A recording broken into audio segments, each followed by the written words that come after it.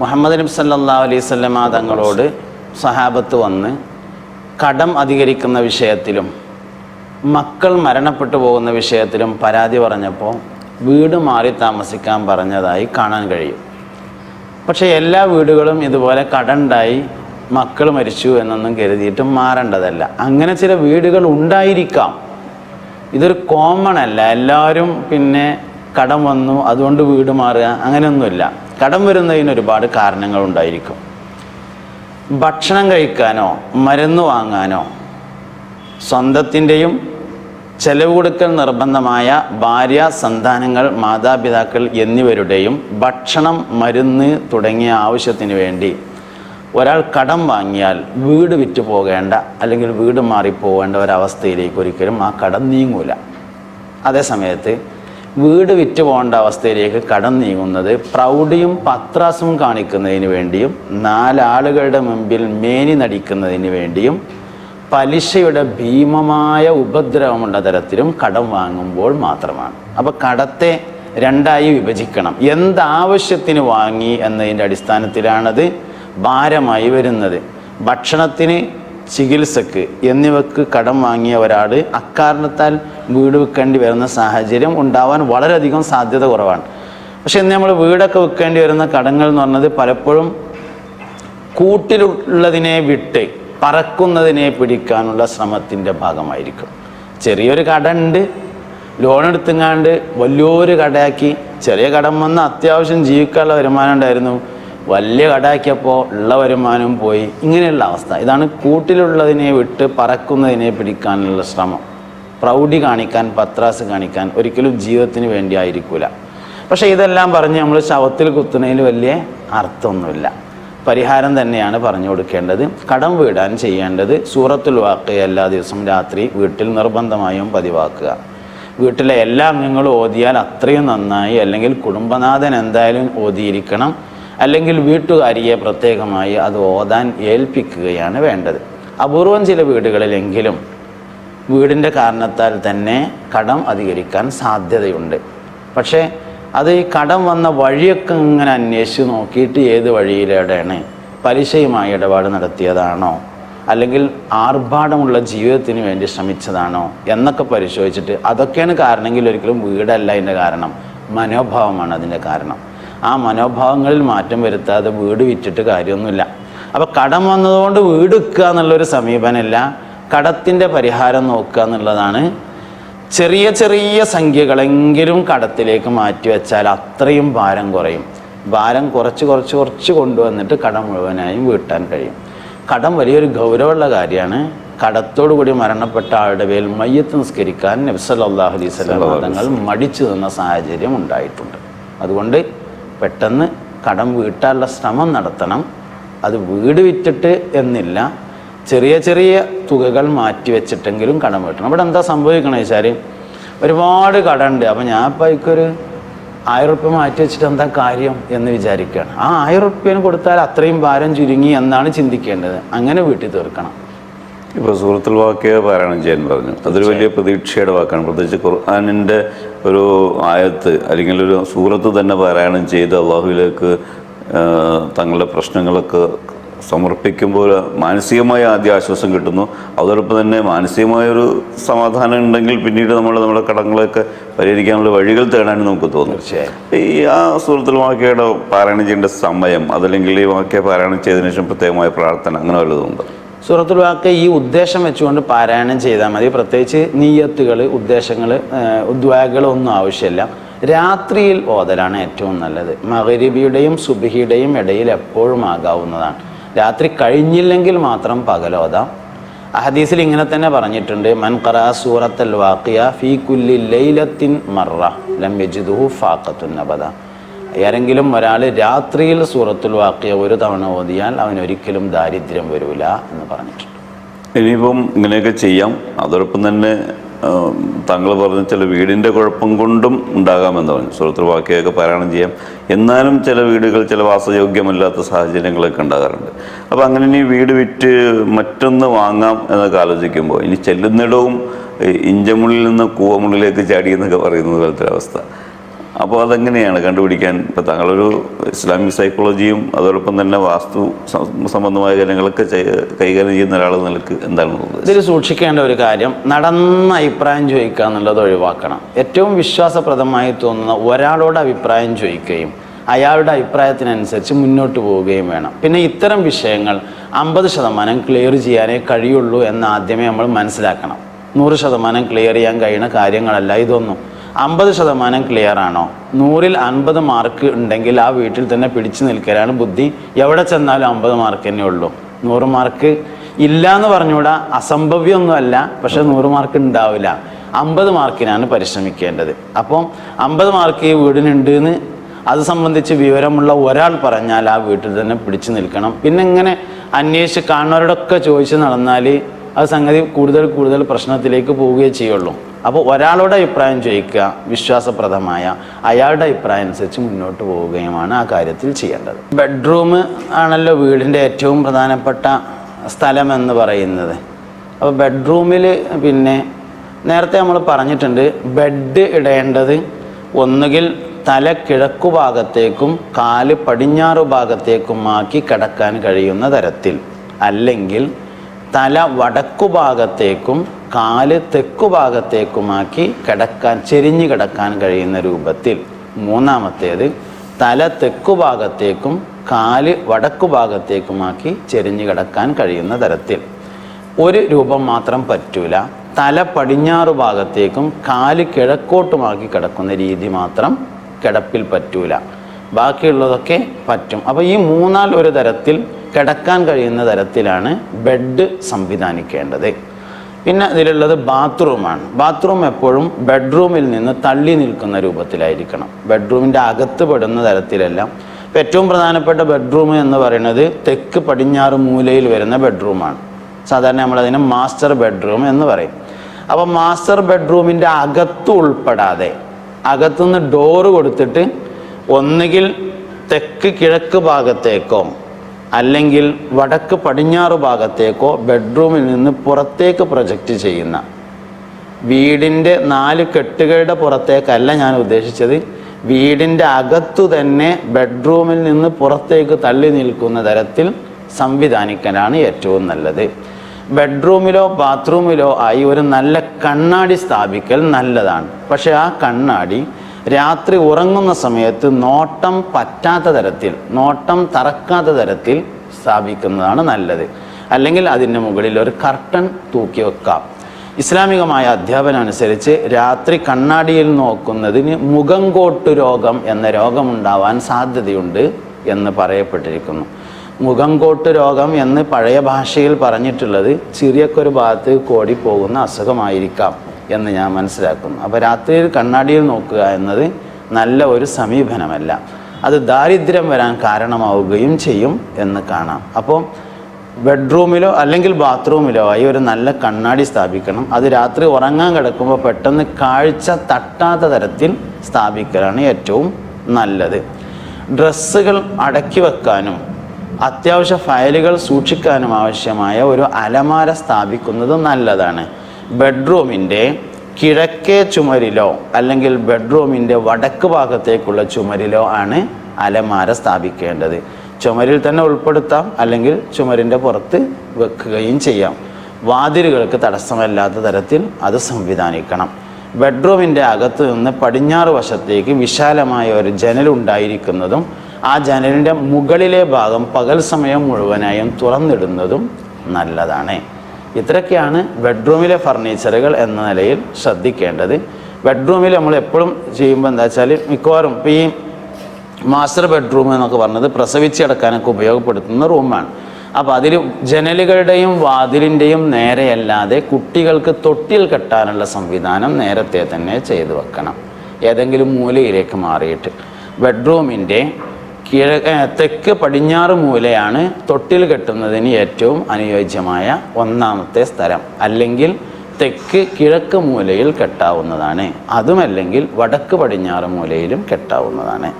അപ്പോൾ ഇങ്ങനെയൊക്കെയുള്ള കാര്യങ്ങളാണ് ഒരു ബെഡ്റൂം സംവിധാനിക്കുമ്പോൾ ശ്രദ്ധിക്കാനുള്ളത്.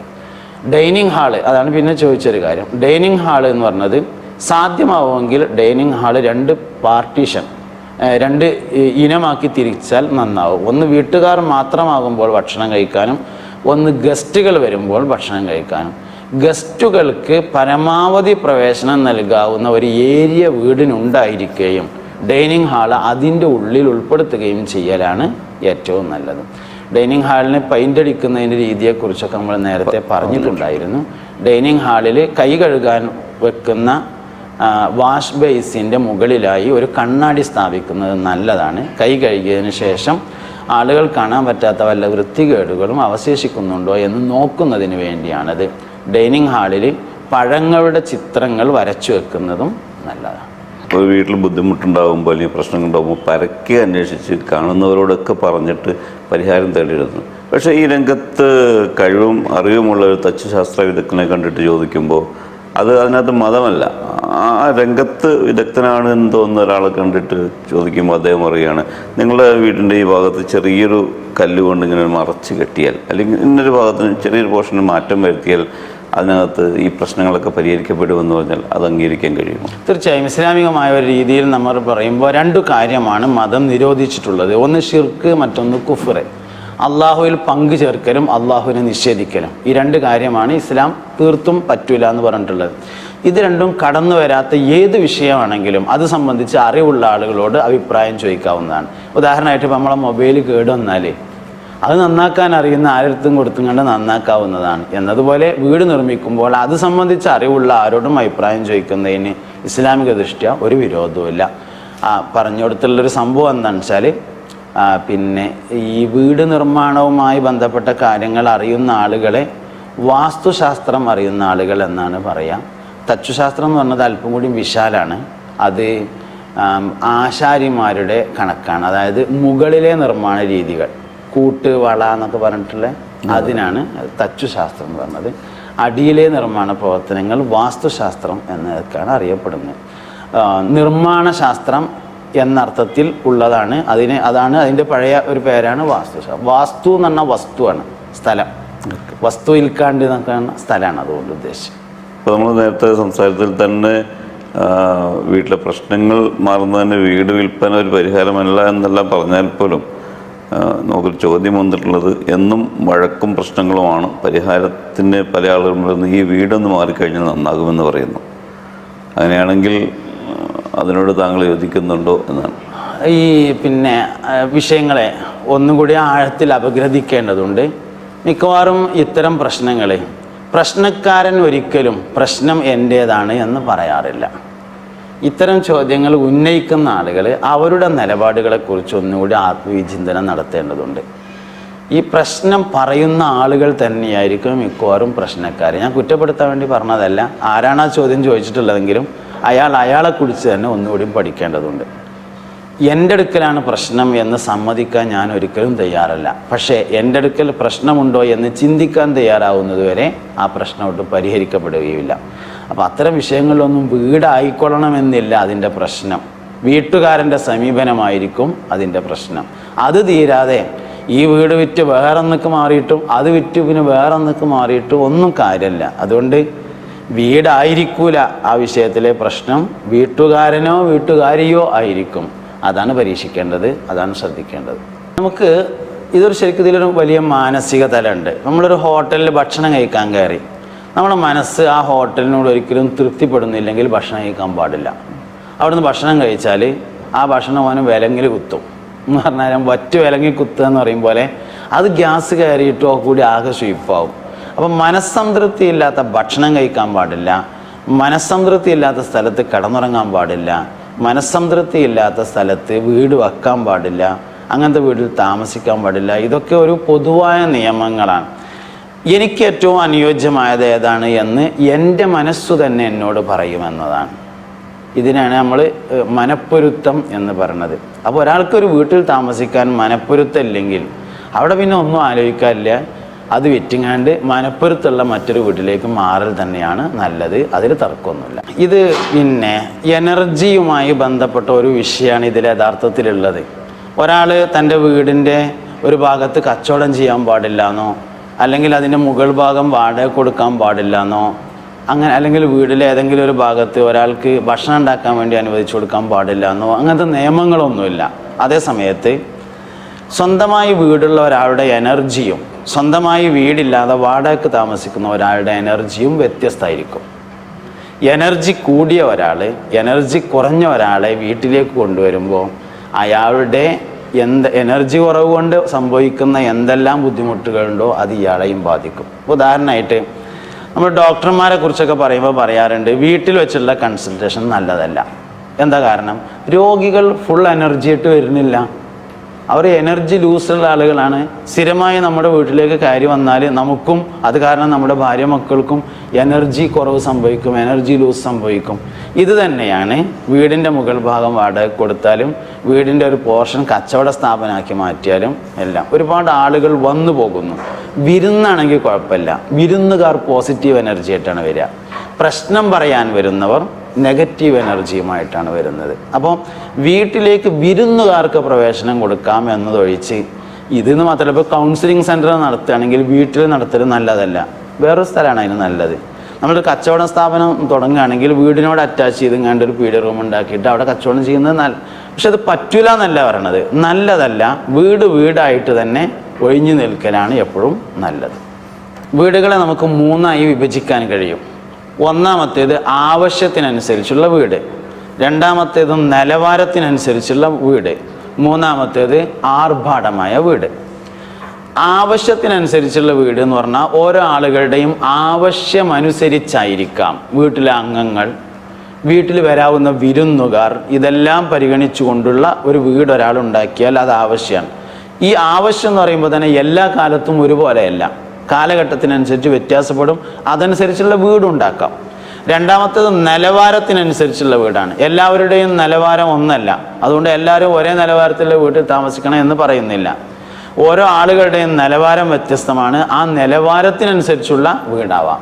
മൂന്നാമത്തേത് ആർഭാടമായ വീട്. ഇതാണ് നിരുത്സാഹപ്പെടുത്തപ്പെട്ടിട്ടുള്ളത്.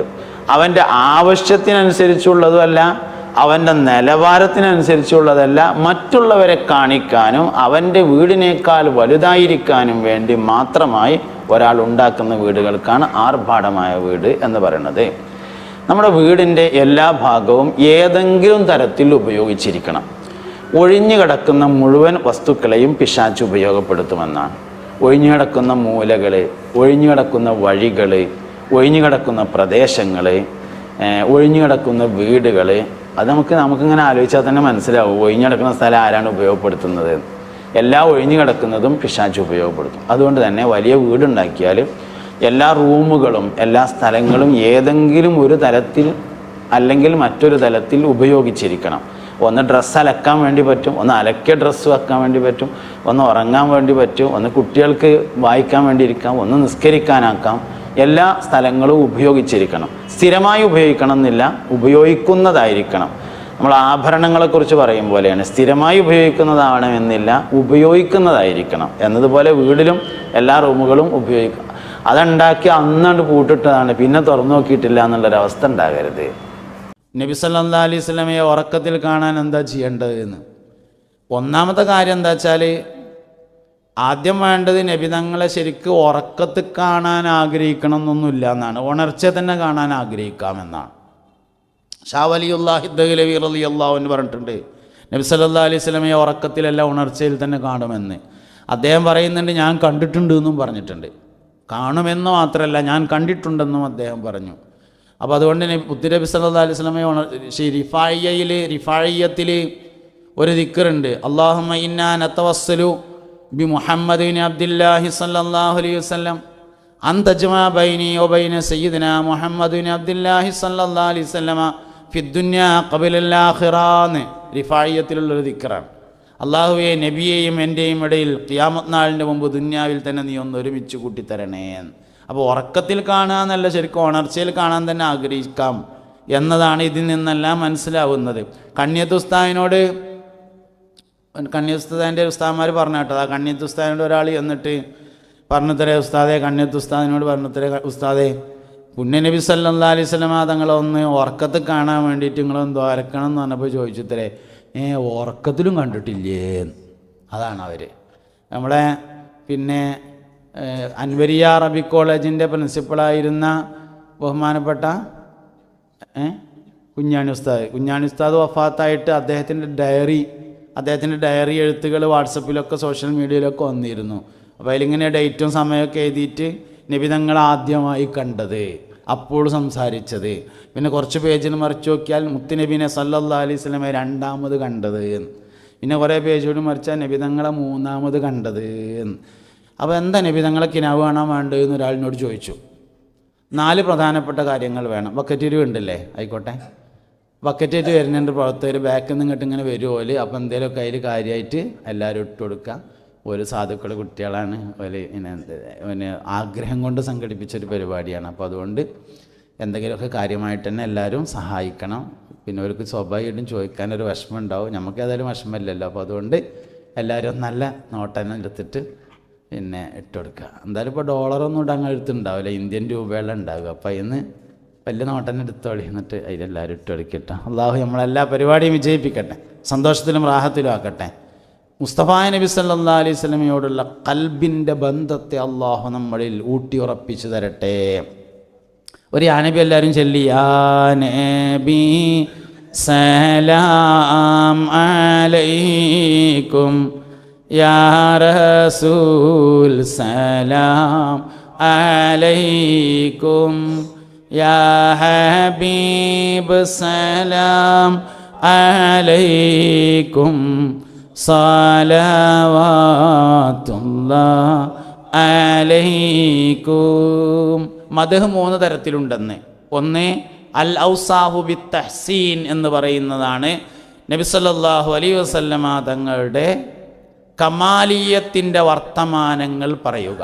നബി തങ്ങൾ സമ്പൂർണ്ണ മനുഷ്യനാണ് എന്ന് അറിയിക്കുന്ന വർത്തമാനങ്ങൾ പറയുന്നതിനാണ് അൽ ഔസാഹു ബിത് തഹ്സീൻ എന്ന് പറയുന്നത്. ലോകത്ത് ഒരു കുഴപ്പമില്ലാത്ത ഒരാൾ മാത്രമേ ഉള്ളൂ, മുഹമ്മദ് നബിയാണ് സല്ലല്ലാഹു അലൈഹി വസല്ലം.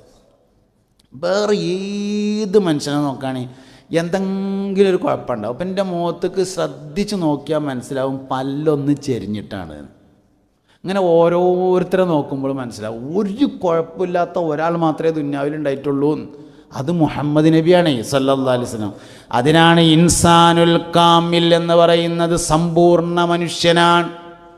ഒരു മനുഷ്യൻ്റെ കളർ എന്താണ് എന്നതിൻ്റെ ഉത്തരം നബി തങ്ങളുടെ കളർ എന്തായിരുന്നോ അതാണ് മനുഷ്യൻ്റെ ഒറിജിനൽ കളറ്. വെളുപ്പിൽ തങ്ക നിറം കയറിയതായിരുന്നു നബി തങ്ങളുടെ കളറ് സല്ലല്ലാഹു അലൈഹി വസല്ലം. വെള്ള നിറത്തിൽ സ്വർണം കയറിയതാണ് നബി സല്ലല്ലാഹു അലൈഹി വസല്ലമയുടെ കളറ്. പ്രസവിക്കപ്പെട്ട ചെറിയ കുട്ടിയുടെ വലത്തെ കൈയിൻ്റെ ചൂണ്ടുവിരലിൻ്റെ നഖത്തിൻ്റെ കളറാണ് നബി തങ്ങൾക്കുണ്ടായിരുന്നത്. ഇപ്പോൾ പ്രസവിക്കപ്പെട്ട ചെറിയ കുട്ടി, ആ കുട്ടിയുടെ വലത്തെ കൈയിൻ്റെ ചൂണ്ടുവിരലിൻ്റെ നഖത്തിൻ്റെ കളറ്.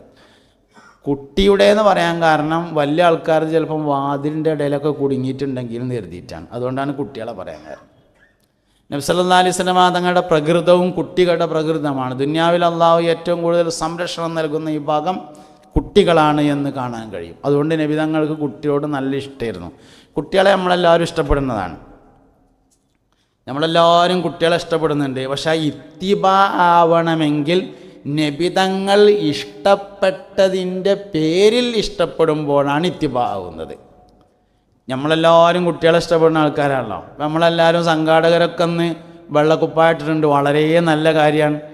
നബി സല്ലല്ലാഹു അലൈഹി വസല്ലമ തങ്ങൾക്ക് വെളുത്ത വസ്ത്രം ഇഷ്ടമായത് കൊണ്ടാണെന്ന് മനസ്സിൽ കരുതുമ്പോഴാണ് ഇത്തിബാ ആവുന്നത്. നമ്മൾ ചെയ്യുന്ന കാര്യങ്ങൾ തന്നെയാണ്, പക്ഷെ മുത്തുനബിനായിട്ട് ബന്ധപ്പെടുത്തിയ ഇത്തിബായി സല്ലല്ലാഹു അലൈഹി വസല്ലം. ചങ്ങായിമാരാരേലും കണ്ടില്ലെങ്കിൽ നമ്മൾ ഫോൺ ചെയ്ത് അന്വേഷിക്കും. ഇത്തിബാ ആവണമെങ്കിൽ സ്ഥിരമായി കാണുന്ന ഒരാളെ 3 ദിവസമായി കാണാതിരുന്നാൽ നബി തങ്ങൾ തെരഞ്ഞു പോകാറുണ്ടായിരുന്നു എന്ന ഹദീസിൻ്റെ അടിസ്ഥാനത്തിലാണ് ഞാൻ വാട്സപ്പിൽ ബന്ധപ്പെട്ടത് എന്ന് തോന്നിയാലാണ് ഇത്തിബാവുന്നത്. നമ്മൾ ചെയ്യണ കാര്യം തന്നെ മുത്തുനബിനായിട്ട് ബന്ധപ്പെടുത്തുമ്പോൾ ഇത്തിബാവും, ചെയ്യാത്തൊരു കാര്യമല്ല. ഒരു ഭക്ഷണത്തളികയിൽ ഭക്ഷണം കഴിക്കാൻ വേണ്ടി ഇങ്ങനെ 5 ആളുകൾ ഇരിക്കുകയാണെന്ന് വിചാരിക്കുക. അതിൽ ഒരാൾക്ക് മുഹമ്മദ് എന്ന് പേരുണ്ടെങ്കിൽ ആ ഭക്ഷണത്തളികയിൽ നിന്ന് ഭക്ഷണം കഴിക്കുന്ന എല്ലാവർക്കും ബറക്കത്തുണ്ടായിരിക്കുമെന്നാണ്. ആർക്കെങ്കിലും 3 ആൺകുട്ടികളുണ്ടാവുകയും അതിൽ ഒരാൾക്ക് പോലും എൻ്റെ പേരിടാതിരിക്കുകയും ചെയ്താൽ, ഏതെങ്കിലും ഒരാൾക്ക് 3 ആൺകുട്ടികളുണ്ടാവുകയും അതിൽ ഒരാൾക്കെങ്കിലും എൻ്റെ പേരിടുകയും ചെയ്തിട്ടില്ലെങ്കിൽ നാളെ അവൻ എന്നെ കാണാൻ പരിശ്രമിക്കരുതേ എന്ന് മുഹമ്മദ് നബി. മുഅ്മിനായ മനുഷ്യന് മുത്തുനബിനെ കഴിച്ചിട്ട് വേറൊന്നുമില്ല സല്ലല്ലാഹു അലൈഹി വസല്ലം. ഇഷ്ക് അസ്ലാണ്, അമലു സ്വാലിഹാത്ത് ഫർആണ്. ഇഷ്ക് അടിസ്ഥാനമാണ്, അമലു സ്വാലിഹാത്ത് ഫർആണ്. അസ്ലില്ലാത്ത ഫർ കൊണ്ട് പ്രയോജനമില്ല. അതേ സമയത്ത് ഫർ ഇല്ലാത്ത അസ്ല് കൊണ്ട് കാര്യം ഉണ്ടാവും. ഞാൻ പറഞ്ഞ നിങ്ങൾക്ക് മനസ്സിലായോ എന്നറിയില്ല. നിസ്കരിച്ചില്ലെങ്കിൽ കാഫിറാവൂല, നിസ്കാരം നിഷേധിച്ചാൽ കാഫിറാവും.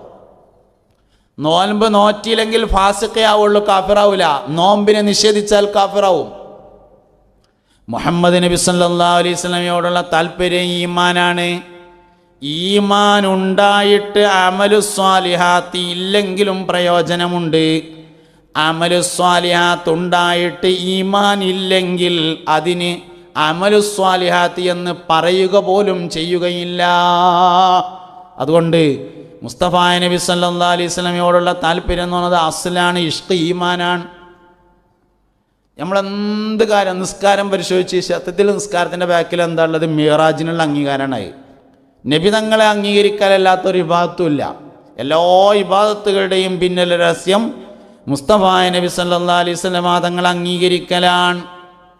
ഇത് സ്വഹാബത്തിന് ശരിക്കും മനസ്സിലായിരുന്നു എന്നുള്ളതാണ്. 10,000 റക്അത്ത് മസ്ജിദുൽ ഹറാമിൽ വെച്ച് നിസ്കരിച്ചാലും സ്വർഗം ഉറപ്പില്ല. അതേ സമയത്ത് സ്വഹാബിയായാൽ സ്വർഗം ഉറപ്പായി. 20,000 റക്അത്ത് മസ്ജിദുൻ നബിയിൽ വെച്ച് നിസ്കരിച്ചു തുറന്നാലും സ്വർഗം ഉറപ്പില്ല.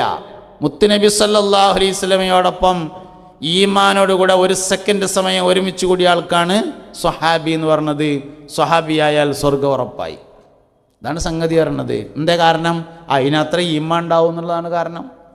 പുണ്യനബി സല്ലല്ലാഹു അലൈഹി വസല്ലമ തങ്ങളോട് ബന്ധമുണ്ടോ? അതിനത്ര ഈമാൻ ഉണ്ടാവും. നബി തങ്ങളോട് സല്ലല്ലാഹു അലൈഹി വസല്ലമയോടുള്ള ബന്ധമാണ് ഈമാൻ്റെ അസ്ല്, അടിസ്ഥാനം എന്ന് പറഞ്ഞത്.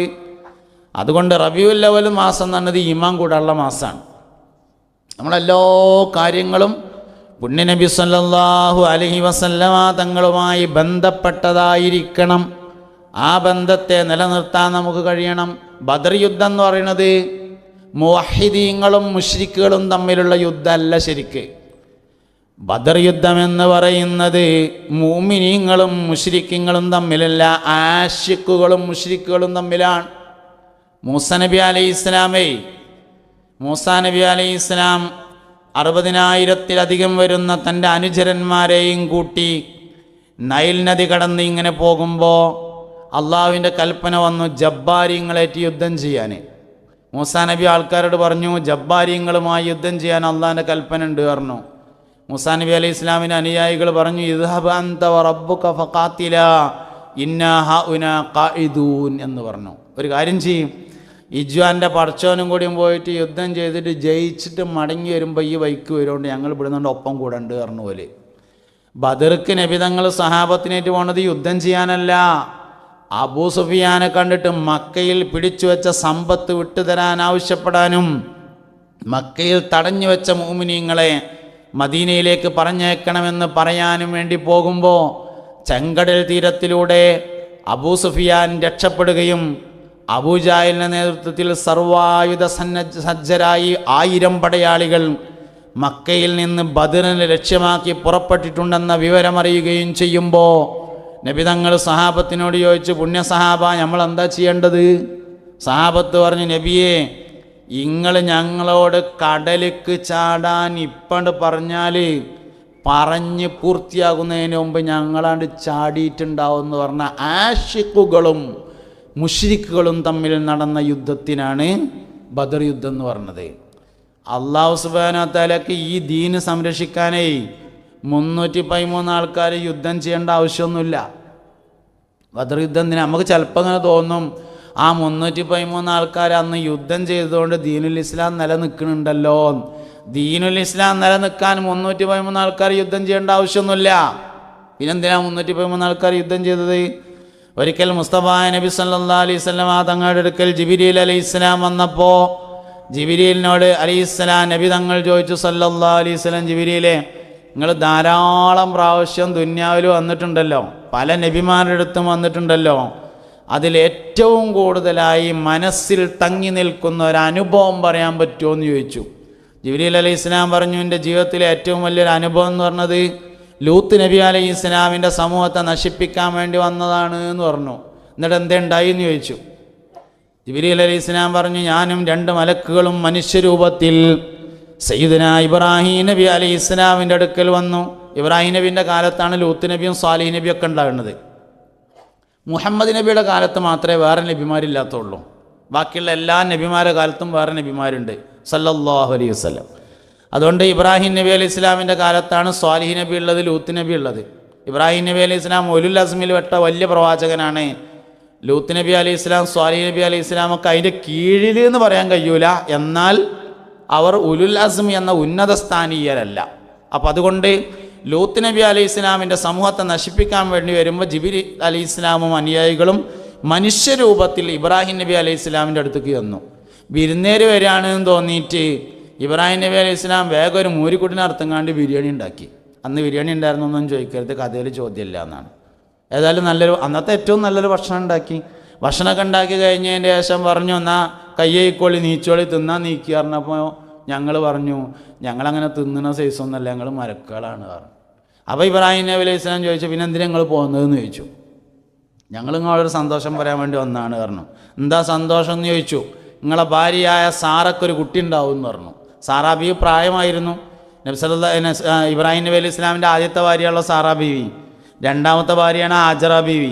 ഹാജറ ബീവിയിലാണ് ആദ്യം കുട്ടി ഉണ്ടാകുന്നത്. സാറാ ബീവിക്കും മക്കളുണ്ടായിരുന്നില്ല, പ്രായമായിരുന്നു. ഇബ്രാഹിം നബിക്കും പ്രായമായിട്ടുണ്ട്. നിങ്ങൾക്ക് സാറാ ബീവിയിലൊരു കുട്ടി ഉണ്ടാവും എന്നുള്ള വിവരം പറയാനാണ് ഞങ്ങൾ വന്നത് പറഞ്ഞു. അപ്പോൾ വാതിലിൻ്റെ അപ്പുറത്ത് കർട്ടൻ്റെ മറവിൽ സാറാ ബീവി നിൽക്കുന്നുണ്ടായിരുന്നു. ഈ വർത്തമാനം കേട്ടിട്ട് 31 ചിരിച്ചപ്പോൾ മെൻസസ് രക്തം രണ്ടാമത് സ്റ്റാർട്ട് ചെയ്തു. പിന്നെ കുട്ടി ഉണ്ടായി. പിന്നെ പ്രസവിച്ചതാണ് ഇസ്ഹാഖ് നബി അലൈഹി ഇസ്ലാം. 13 വർഷത്തെ വ്യത്യാസമാണ് ഇസ്മായിൽ അലൈഹി ഇസ്ലാമും ഇസ്ഹാഖ് നബി അലൈഹി ഇസ്ലാമും. ഇസ്മായിൽ നബി അലൈഹി ഇസ്ലാം ഹാജറ ബീവിക്ക് ഉണ്ടായിട്ട് 13 വർഷം കഴിഞ്ഞിട്ടാണ് ഈ സംഭവം ഉണ്ടാകുന്നത്. സാറാ ബി റളിയല്ലാഹു അൻഹാക്ക് ഇസ്ഹാഖ് നബി അലൈഹി ഇസ്ലാം എന്ന കുട്ടി ഉണ്ടാകുന്നത്. അങ്ങനെ അത് കഴിഞ്ഞതിന് ശേഷം പിന്നെ നിങ്ങൾ എന്തേ പോകുന്നത് ചോദിച്ചു. അതിൽ പറഞ്ഞു, ഞങ്ങൾ ഇബ്രാഹിം നബി അലൈഹി ഇസ്ലാമിൻ്റെ സമൂഹത്തെ നശിപ്പിക്കാൻ വേണ്ടി പോവുകയാണ് പറഞ്ഞപ്പോൾ, അല്ല, ഞങ്ങൾ ലൂത്ത് നബി അലൈഹി ഇസ്ലാമിൻ്റെ സമൂഹത്തെ നശിപ്പിക്കാൻ പോവുകയാണ് പറഞ്ഞപ്പോൾ ഇബ്രാഹിം നബി അലൈഹി ഇസ്ലാം പറഞ്ഞു, അത് നിങ്ങൾ ഒരിക്കലും ചെയ്യരുത്, ഞങ്ങൾക്ക് എന്തുവാണെങ്കിലും ചെയ്തു തരാം, വേണമെങ്കിൽ എൻ്റെ പെൺകുട്ടികളൊക്കെ കല്യാണം കഴിച്ചു തരാം, എന്തുവാണെങ്കിലും ചെയ്തു തരാറ്. ആ സമയത്ത് ഞങ്ങൾ പറഞ്ഞു, ഞങ്ങളങ്ങനെ നിങ്ങളോട് സമ്മതം ചോദിക്കാൻ വേണ്ടി വന്നതൊന്നുമല്ല, വിവരം പറയാൻ വേണ്ടി വന്നതാണ് പറഞ്ഞു. അതിന് പ്രധാനപ്പെട്ടൊരു സംഗതി നടക്കുമ്പോൾ എല്ലാവരോടും സമ്മതം ചോദിച്ചില്ലെങ്കിലും ഒരു വിവരം പറയണമല്ലോ, അപ്പോൾ അതിൻ്റെ പേരിൽ ഞങ്ങളൊന്ന് വിവരം പറയാൻ വേണ്ടി വന്നതാണ് എന്ന് പറഞ്ഞു. അങ്ങനെ ഞങ്ങളവിടെ നിന്നാണ് പോയി കണ്ടാണ് നശിപ്പിച്ചു എന്ന് പറഞ്ഞപ്പോൾ നബി തങ്ങൾ ചോദിച്ചു സല്ലല്ലാഹു അലൈഹി വസല്ലം, എങ്ങനെ നിങ്ങളത് നശിപ്പിച്ചത് അതൊന്നും പറയുമെന്ന് പറഞ്ഞു. അപ്പോൾ ജിബ്രീൽ അലൈഹി ഇസ്ലാം പറഞ്ഞു, അത് കാര്യമായിട്ടൊന്നുമില്ല, ഞാൻ എൻ്റെ ചിറകിൻ്റെ തലപ്പുകൊണ്ട് ഒന്നിങ്ങനെ കോരിങ്ങാണ്ട് ഇങ്ങനെ മറിച്ചതാണ് എന്ന് പറഞ്ഞ ലൂത്ത് നബിയുടെ നാട് 6000 ചതുരശ്ര കിലോമീറ്റർ വിസ്തൃതിയുള്ളതാണ്. അങ്ങനത്തെ 40,000 ചിറക് ജിബ്രീലിനുണ്ട് എന്നാണ്. അമ്മാതിരി 5000 മലക്കുകൾ ബദറിൽ വന്നിട്ടുണ്ട്. 313 ആൾക്കാർ യുദ്ധം ചെയ്തതുകൊണ്ടൊന്നല്ല ദീൻ നിലനിന്നത്. പിന്നെന്തിനാ ബദർ യുദ്ധം? ആശിഖീങ്ങൾക്കുള്ള അവസരമാണ് ബദർ യുദ്ധം.